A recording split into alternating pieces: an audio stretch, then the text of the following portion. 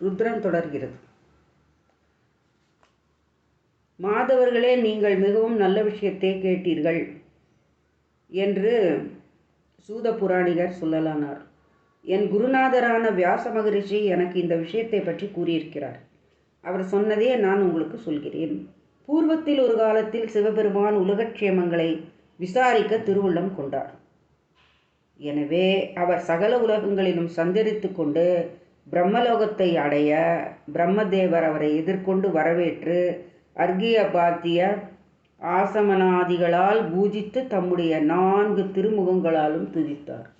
அப்போது அவரது 5வது ஒரு முகம் சிவபெருமானை குறை கூற, அதை கேட்ட சிவபெருமான் பிரம்மனுடைய 4 முகங்களும் துதித்ததற்காக மகிழ்ந்து 5வது முகம் செய்த தூஷணைக்கு விசனம் அடைந்த, ஆகா, இந்த துஷ்டமுகத்தை நிவர்த்திக்க வேண்டும் என்று பாம்பு கடித்த விரலை அறுத்தெறிவதால் அந்த விஷவேகம் தீர்ந்து விடுவது போல முழுவதும் நற்குணமுடைய பிரம்மதேவனது 5வது முகம் மட்டும் தீச்செயல் புரிந்ததால் அம்முகத்தை நீக்குவதால் அவன் முற்றிலும் நற்குணம் உடையவன் ஆவான் என்று கருதி பிரம்மதேவனின் நலனுக்காகவே அதை அகற்ற தீர்மானித்து தம் நெற்றி விழியில் அக்னிச்சுவாலை தோன்ற பிரம்மனை நோக்கி அவனது 5வது சிரத்தை தம் திரு விரலின் நகத்தால் கொய்தார்.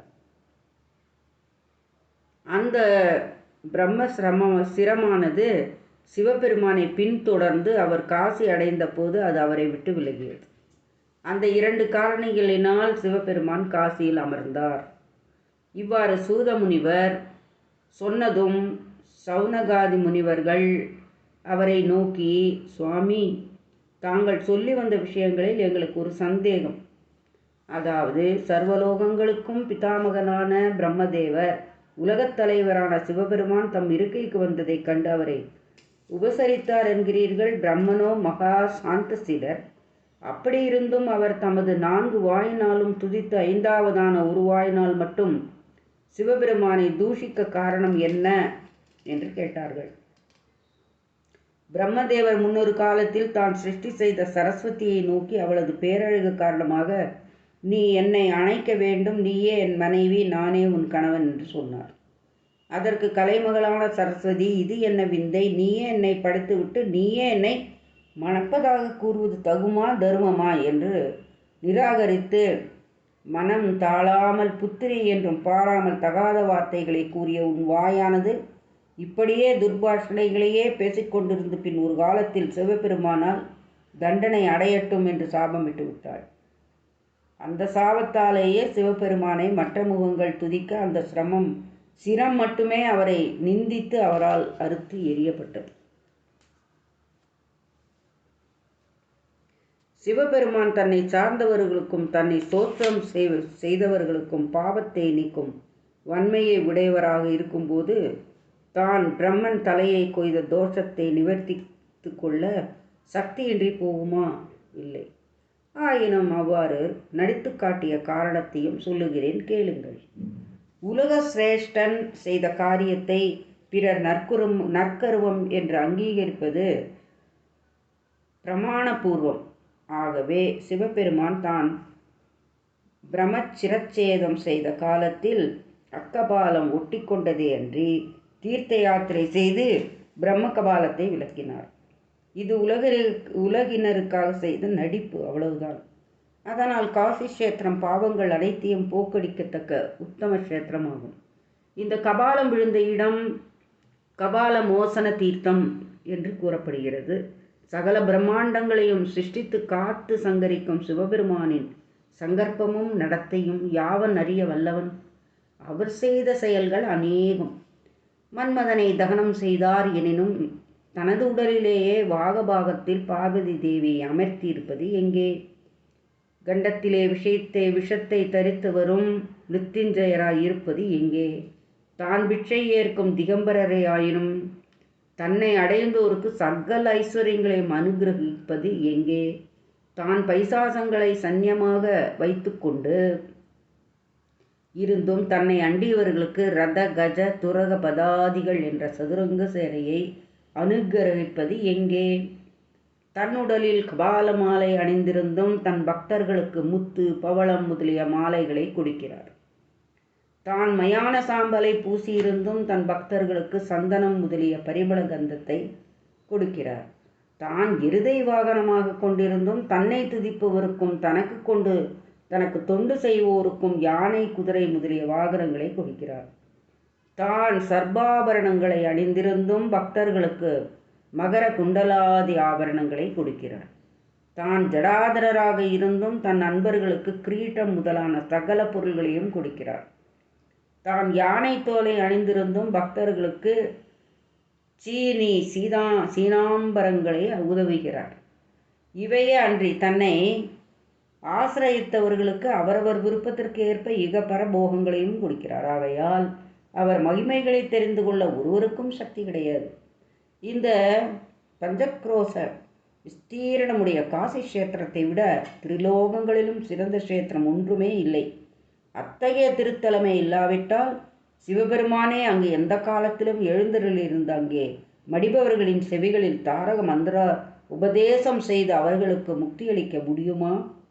விஸ்வேஸ்வரலிங்க மூர்த்தமாக சிவபெருமான் எப்பொழுதிலிருந்து காசி கஷேத்திரத்தில் கோயில் கொண்டிருக்கிறாரோ அது முதல் காசி கஷேத்திரம் வனப்புடையதாயிற்று.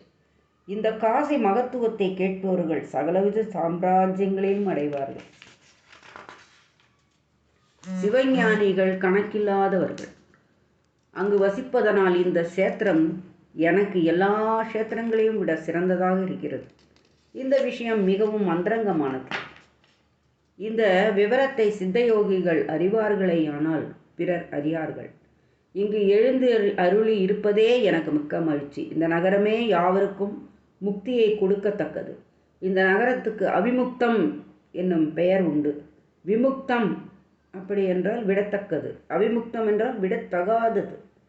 காசி நகரம் ஒரு காலத்தில் என்னால் நீங்கத்தகாதது என்றும் அந்நகரத்தை அடைந்தவர்களை தன் மெய்யன்பர் போல பாதுகாத்து முக்தியளிக்க தக்கதென்றி விடத்தகாதது என்று பொருள்படும். நைமிசாரண்யம், குருஷேத்திரம், கங்காத்வாரம், புஷ்கரம் முதலிய தீர்த்தங்களில் ஸ்நானம் செய்து சேவித்து வருவதால் மோட்சம் உண்டாகலாமென்றி இறந்தால் மோட்சம் அடைய மாட்டார்கள். இந்த காசிப்பதியிலோ இறப்பதாலேயே மோட்சம் உண்டாவதால் எல்லா தலங்களையும் விட இந்த தலத்தில் நான் நீங்காது வசிப்பதால் இது பிரயாகையை காட்டிலும் சிறந்ததாகும். இந்த காசி நகரமானது க்ஷேத்திர சிறப்பு, தீர்த்த சிறப்பு, மூர்த்தி மகிமை என்ற மூவகை சிறப்புகளையும் தன்னகத்தில் கொண்டது. இந்த நகரத்தில் வசிப்பவர்கள் அன்னம், பானம், நித்திரை, ஸ்ரீபோகம் முதலிய யாவும் குறைவின்றி செய்து கொண்டிருந்து உயிரை விட்டாலும் மோட்சம் அடைவார்கள். அநேகம் பாபங்களை செய்து அந்த பலத்தால் பைசாசத்துவம் அடைந்தாலும் இந்த காசிப்பதியில் வசிப்பது பல கோடி புண்ணிய காரியங்களை செய்து ஸ்வர்க்கத்தில் வசிப்பதை விட உயர்வானது. இந்த தலத்தில் எம்மை நோக்கி தவம் செய்து கொண்டிருக்கும் மகானுபவர்கள் அநேகர் வசிக்கின்றனர். எனவே மற்ற ஸ்தலங்களை விட இந்த நகரத்தில் சுலபமாக உயர்ந்த பதவி கிடைத்து விடுகிறது. எந்தெந்த பயன்களை கோரி தவம் செய்கிறார்களோ அவர்களுக்கு அந்தந்த பயன்களையும் சாயுஜ்ய பதவியையும் யான் கொடுத்து கொண்டிருக்கிறேன். குபேரன் என்னிடத்தில் சகல கிரியைகளையும் சமர்ப்பித்து இந்த தலத்தில் என்னை சேவிப்பதால் காணாபத்தியம் அடைந்திருக்கிறான். பராச்சரன் என்ற யோகியும் வேத வியாசனும் வேதங்களை பாகுபடுத்தி பிரித்து எனக்கு பக்தர்களாக இங்கிருக்கிறார்கள். திருமாலும் திருமகளும் பிரம்மனும் அநேக தேவரிஷிகளும் அஷ்டவசுக்களும் சூரியனும் இந்திரனும் ஏனைய தேவர்களும் யாவரும் என்னை உபாசனை செய்து கொண்டே இருக்கின்றார்கள். இன்னும் சிவயோகிகள் தமது ஸ்வரூபத்தை பிறருக்கு காட்டாமல் என்னை இவ்விடத்தில் சேவித்து கொண்டிருக்கிறார்கள். ஆகையால் ஐம்புலன் வழி மனத்தை செலுத்துபவன் ஆயினும் தர்மங்களை சிதைத்தவன் ஆயினும் இந்த தலத்தில் மாண்டவன் மீண்டும் தாயின் கர்ப்பத்தை அடையவே மாட்டான். ஐம்புலன்களை வென்றவர்களும் ஞானிகளும் உயர் பதவி உற்றவர்களும் என்னை இவ்விடத்தில் சேவித்து கொண்டிருப்பதால் இவ்விடத்தில் உயர் நீங்கியவன் யோக புருஷனாலும் அடைய முடியாத உத்தம பதவியை அடைவான் என்று கூறுகிறார். இது தொடரும், ருத்ரன் தொடரும். தயவு செய்து இந்த ருத்ரனை மற்ற எல்லோருக்கும் எடுத்துச் செல்லுங்கள். Please share and subscribe. Thank you very much. Please, whoever knows Tamil, they can hear this. It's good for your mind and Anma. Thank you very much.